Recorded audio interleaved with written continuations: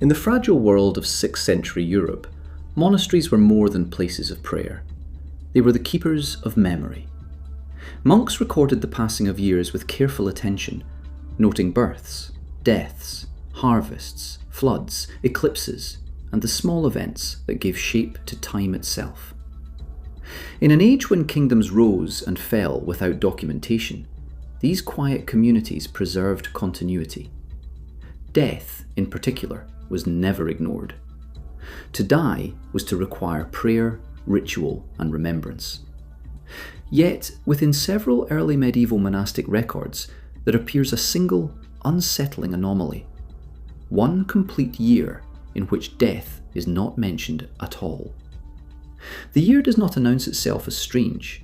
It unfolds normally, month by month, marked by feast days and agricultural cycles. Crops are sown and harvested, rents are collected, children are born and baptized. The rhythm of life continues uninterrupted. But where names of the dead would normally accumulate in margins or columns, there is only empty space. No monks are buried. No villagers are commended to God. No bells are said to have tolled. The silence is total. What makes this absence disturbing is not only its completeness, but its contrast with the surrounding years. In the year before, deaths are recorded with ordinary precision. An aging abbot, a child lost to illness, a labourer killed by accident.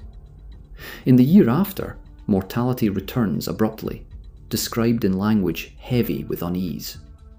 Scribes write of hardship, divine testing, and fear among the people. The missing year sits between them like a pause in the world itself. At first, historians assumed a simple explanation. Perhaps a page was lost, or a scribe grew careless, or a section of text faded beyond recognition. But close examination of the surviving manuscripts weakens this argument. The handwriting remains consistent throughout the year. The ink matches the surrounding entries. There are no gaps where death notices should have been. This was not an incomplete record. It was a complete one that deliberately said nothing about death. Even more troubling is what happens to the year in later copies. When these monastic chronicles were recopied in the centuries that followed, the anomalous year was often altered or removed entirely. Some manuscripts skip it as though it never existed. Others compress events, reassigning months or scraping text from the parchment. Physical evidence shows that knives were used to erase entries.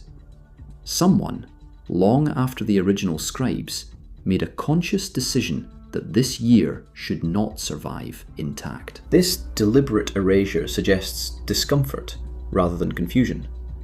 Medieval scribes were not hesitant to record calamity. Plagues, wars, and famines were written about in agonizing detail, often interpreted as punishment or warning from God. A year of unusually low mortality would have been celebrated as divine favor. Yet, this year was neither praised nor explained. It was quietly buried.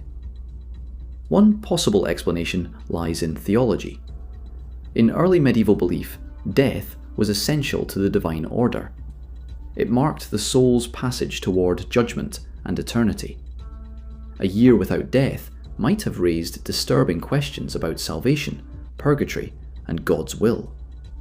If no one died, were souls being delayed? Had time itself faltered? Such questions may have been too dangerous to articulate, even within cloistered walls. There are subtle hints of anxiety in religious writings from the period that followed. Sermons speak of suspended days and times when God's design is hidden. Penitential texts warn against speaking of certain years, though they never name them. The language is cautious, evasive, as if touching something that should remain unspoken.